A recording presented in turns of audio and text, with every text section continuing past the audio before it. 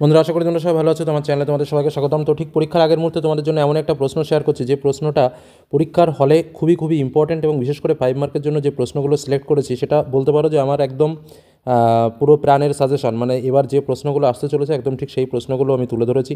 তো আজকের এই আলোচনায় আমরা যেমন করে এমসিকিউ প্রশ্নের সমস্ত উত্তর জানবো, এসএকিউ প্রশ্নের উত্তরগুলো জানবো, সেই সঙ্গে ব্রড টাইপের কোশ্চেনগুলো একবার একটু দেখে নেবো। আশা করবো যে সবারই রেডি হয়ে গেছে। যদি কারো রেডি না হয়ে থাকে অবশ্যই কিন্তু খুব দ্রুত গতিতে একবার হলেও চোখের দেখা দেখে পরীক্ষার হলে যেও। তো প্রথম প্রশ্ন, ক্ষয়সীমা ধারণার প্রবর্তককে। তো স্বাভাবিকভাবে আমরা কিন্তু এই যে প্রশ্নগুলো রয়েছে এই প্রশ্নগুলো কিন্তু পূর্ণবাক্যে লিখবো না, শুধুমাত্র দাগ নম্বর লিখবো আর উত্তরটা লিখে দেবো, ঠিক আছে?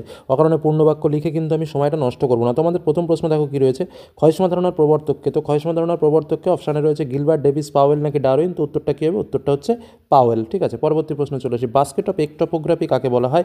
গৌড়কে, ড্রামলিনকে, গ্রিখাতকে নাকি রসমাতানাকে। তো উত্তরটা কী হবে? উত্তরটা হচ্ছে ড্রামলিনকে। পরবর্তী প্রশ্ন চলে আসবো, হেটেরোস্পিয়ারের দ্বিতীয় স্তরটি কি? হোমোস্পিয়ার এবং হেটেরোস্পিয়ার। তো স্বাভাবিকভাবে হেটেরোস্পিয়ারের উপরে পরপর 4টে স্তর আছে, আমরা কিন্তু সেটা খুব ভালো করেই জানি।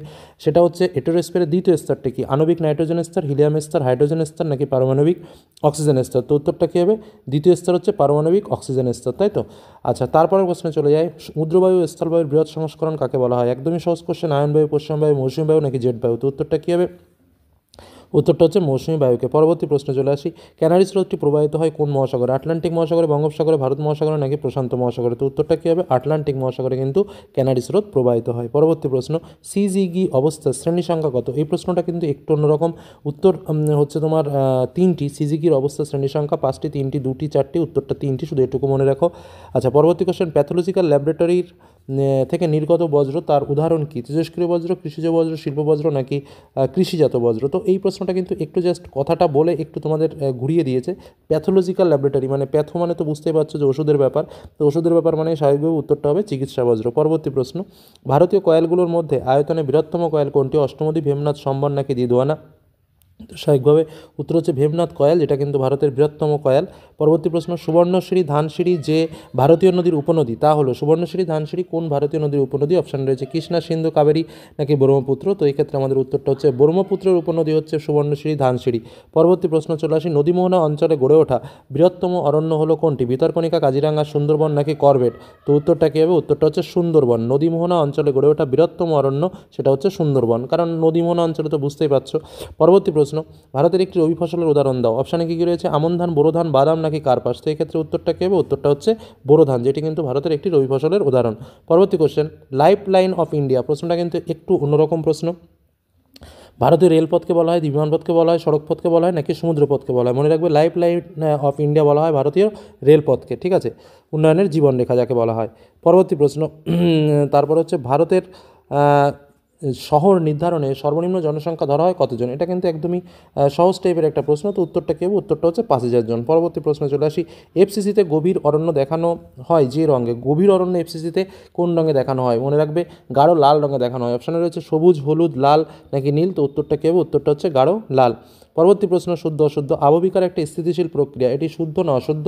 আবহবিকার অবশ্যই একটি স্থিতিশীল প্রক্রিয়া, এটা কিন্তু ঠিক। প্রতীপ ঘূর্ণবাতের কেন্দ্রে থাকে নিম্নচাপ, এটা শুদ্ধ না অশুদ্ধ? এটা কিন্তু ভুল, কারণ প্রতীপ ঘূর্ণবাতের কেন্দ্রে উচ্চচাপ থাকে, উচ্চচাপ থেকে বাইরের দিকে বাতাসগুলো বেরিয়ে যায়, তাই তো? পরবর্তী প্রশ্ন, ডগার্স ব্যাংক মগ্নচড়াটি পূর্ব ভারত মহাসাগরে অবস্থিত, এটা কিন্তু ভুল।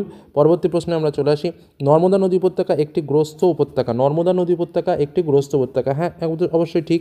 পরবর্তী প্রশ্ন, কাবেরী এবং গোদাবরী উভয়কেই দক্ষিণ ভারতের গঙ্গা বলা হয়। কাবেরী এবং গোদাবরী উভয়কেই দক্ষিণ ভারতের গঙ্গা বলা হয়, এটাও কিন্তু সঠিক উত্তর। পরবর্তী প্রশ্ন দেখো, যেটা বলছে কি, বল হুইবিল পোকা আখ গাছকে নষ্ট করে না, এটা কিন্তু ভুল উত্তর। বল হুইবিল পোকা আখ গাছকে নষ্ট করে না। পরবর্তী প্রশ্ন, আইআরএস সান সিনক্রোনাস উপগ্রহ। আইআরএস হচ্ছে সান সিনক্রোনাস উপগ্রহ, এটা কিন্তু সঠিক উত্তর। তারপরে চলে আসো শূন্যস্থান পূরণ। দেখো কি বলছে, প্লায়া হ্রদগুলি সর্বদা ড্যাশ জলে পূর্ণ থাকে। প্লায়া হ্রদগুলি সর্বদা, একদম সহজে লিখবে, লবণাক্ত জলে পূর্ণ থাকে। পরবর্তী প্রশ্ন, নিষ্ক্রিয় সৌরতাপের পরিমাণ হলো ড্যাশ। নিষ্ক্রিয় সৌরতাপের পরিমাণ হলো 34%। অ্যালবেডো, হ্যাঁ, তারা নিষ্ক্রিয় সৌরতাপ হচ্ছে 34%, ঠিক বললাম, 34%, ঠিক আছে। আচ্ছা, তারপরে কোশ্চেনে চলে আসো, নরওয়ের সমুদ্র বন্দরগুলি ড্যাশ স্রোতের জন্য শীতেও বরফমুক্ত থাকে? তোমার এটা হচ্ছে উত্তর আটলান্টিক স্রোতের জন্য। কি বললাম? উত্তর আটলান্টিক স্রোতের জন্য। পরবর্তী প্রশ্ন, অতিরিক্ত ভৌমজল উত্তোলনের ফলে ড্যাশ দূষণ হয়? এটা তো একদমই সহজ প্রশ্ন, আর্সেনিক দূষণ হয়। পুনের কাছে পশ্চিমঘাট পর্বতের গিরিপথটি হলো ড্যাশ। তো পুনের কাছে পশ্চিমঘাট পর্বতের গিরিপথটি হলো তোমার ভোরঘাট গিরিপথ। কি বললাম? ভোরঘাট গিরিপথ। পরবর্তী প্রশ্নের পশ্চিমী ঝঞ্ঝার কারণে ড্যাশ কালে ভারতে বৃষ্টিপাত হয়। শীতকালে, পশ্চিমী ঝঞ্ঝার কারণে শীতকালে ভারতে বৃষ্টিপাত হয়। তারপরে প্রশ্ন চলে আসি, ভারতের একমাত্র উপকূলীয় ইস্পাত কেন্দ্রটি হলো, একমাত্র উপকূলীয় ইস্পাত কেন্দ্র হলো বিশাখাপত্তনম। খুব সুন্দর একটা প্রশ্ন, মনে রাখবে, ভারতের একমাত্র উপকূলীয় ইস্পাত কেন্দ্র হলো বিশাখাপত্তনম। তারপরে চলে আসো এসএকিউ টাইপের কোশ্চেন। দেখো গাসি কাকে বলে, এই প্রশ্নটা তো তোমরা খুব ভালো করেই জানো। গাসি দুটো শিপ বা লেডির মধ্যবর্তী যে করিডর তাকে গাসি বলে। আবার বলছি, দুটো শিপ বা লেডির মধ্যবর্তী করিডরকে গাসি বলে। পরবর্তী প্রশ্ন, আইসোবার কাকে বলে। তো আইসোবার কাকে বলে, ভূপৃষ্ঠের সমান বায়ুচাপযুক্ত স্থানকারী যে কাল্পনিক রেখা তাকেই বলা হয় আইসোবার। পরবর্তী প্রশ্ন, গায়র কাকে বলে। গায়র কি, গায়র হচ্ছে, আমি বলে দিচ্ছি, প্রয়োজনে একটু নোট করে নাও, কোরিওলিস বলের প্রভাবে সমুদ্র স্রোতগুলি বেঁকে প্রবাহিত হয়ে যে জলাবর্ত তৈরি করে তাকেই বলা হয় গায়র। পরবর্তী প্রশ্ন, রিডিউস কাকে বলে। রিডিউস মানে কি, বজ্র ব্যবস্থাপনায় যে প্রক্রিয়ার দ্বারা কোনো বস্তুর ব্যবহার কমিয়ে তার দ্বারা উৎপন্ন বজ্রকে কমানো হয় তাকেই বলা হয় রিডিউস। আবার বলছি, প্রয়োজনে নোট করে নাও, বজ্র ব্যবস্থাপনায় যে প্রক্রিয়ার দ্বারা কোনো বস্তুর ব্যবহার কমিয়ে তার দ্বারা উৎপন্ন বজ্রকে কমানো হয় তাকেই বলা হয় রিডিউস। পরবর্তী প্রশ্নে চলে আসি, জীবিকা সত্তাভিত্তিক কৃষি কাকে বলে। জীবিকা সত্তাভিত্তিক কৃষি কি, যে কৃষি ব্যবস্থায় মানুষ নিজের পারিবারিক চাহিদা পূরণের জন্য চাষ করে তাকেই বলা হয় জীবিকা সত্তাভিত্তিক কৃষি। আচ্ছা, পরবর্তী প্রশ্ন, পশ্চাৎভূমি কাকে বলে। পশ্চাৎভূমি হচ্ছে ধরো কোনো একটা মূল বন্দর সংলগ্ন যে অঞ্চল থেকে মালপত্র এনে বিদেশে পাঠানো হয় বা বন্দরে আসা দ্রব্য যে অঞ্চলে পাঠানো হয় সেই অঞ্চল হলো সেই বন্দরের পশ্চাৎভূমি। মানে যেখানেকে কেন্দ্র করে যে অঞ্চলটা চলে, যে বন্দরে কেন্দ্র করে যে অঞ্চলটা চলে সেই অঞ্চলটা হলো এই বন্দরের পশ্চাৎভূমি। এটাই হলো মূল কথা, ঠিক আছে। পরবর্তী প্রশ্ন, ভারতের রুড়ো কাকে বলা হয়। দুর্গাপুরকে ভারতের রুড়ো বলা হয়, এই পশ্চিমবঙ্গের দুর্গাপুরকে।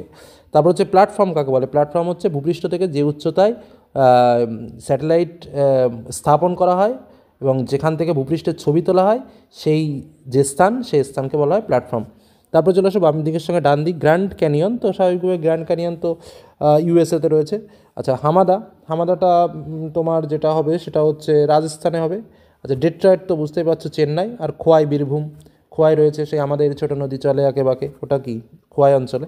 আচ্ছা চলো, তারপরে চলো এবার 2 মার্কের প্রশ্নগুলো কী কী রয়েছে দেখো। পলিশঙ্কু কী অথবা ট্রোবোপাস কী, অ্যালবেডো কাকে বলে অথবা শৈবাল সাগর কী, ই বজ্র কাকে বলে অথবা কম্পোস্টিং কাকে বলে, অনুসারী শিল্প বলতে কী বোঝো, ভারতের সোনালী চতুর্ভুজ কী, তামিলনাড়ু উপকূলে বছরে 2বার বৃষ্টিপাত হয় কেন, অথবা সামাজিক বনসৃজন কাকে বলে, ভূবৈচিত্র্যসূচক মানচিত্রের বৈশিষ্ট্যগুলির মধ্যে 2টি লেখো অথবা উপগ্রহ চিত্রের সংজ্ঞা দাও।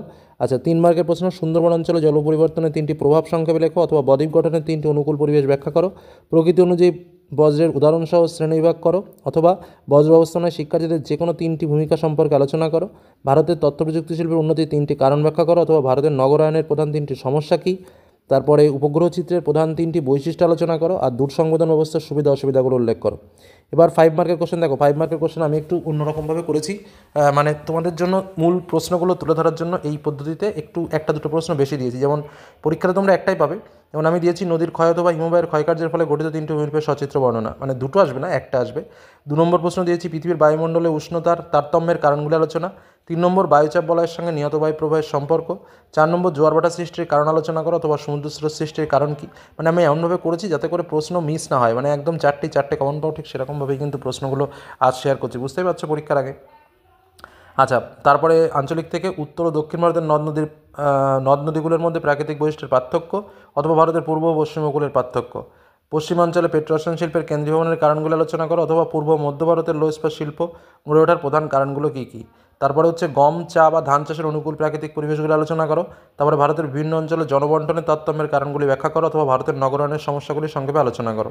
এবার আসবো ম্যাপ পয়েন্টিংয়ে, দেখো কী কী রয়েছে। সাতপুরা পর্বত, গোদাবরী নদী একটি অত্যাধিক বৃষ্টিপাতযুক্ত অঞ্চল, পৃথিবীর বৃহত্তম ম্যানগ্রোভ অরণ্য অঞ্চল, ভারতের একটি ল্যাটেরাইট মৃত্তিকাযুক্ত অঞ্চল, ভারতের একটি কফি উৎপাদক অঞ্চল, ভারতের সিলিকন ভ্যালি, ভারতের একটি করমুক্ত বন্দর, কচ্ছের রণ, সর্বনিম্ন জনসংখ্যা বিশিষ্ট রাজ্য। ব্যাস, এনাফ। এই প্রশ্নটা কিন্তু ভেরি ইম্পর্টেন্ট একটা প্রশ্ন তোমাদের সামনে শেয়ার করলাম। যেমন এমসিকিউ তেমন এসএকিউ তেমন ব্রড কোশ্চেন দিয়ে আমি সেট আপ করে তোমাদের সামনে শেয়ার করলাম। আশা রাখবো যে ব্রড কোশ্চেন তো এখান থেকে 100% পাওয়ার কথা, আর শর্ট টাইপের কোশ্চেনও এখান থেকে অনেক কমন পাবে। এই বলে আজকের আলোচনা শেষ করলাম। ধন্যবাদ।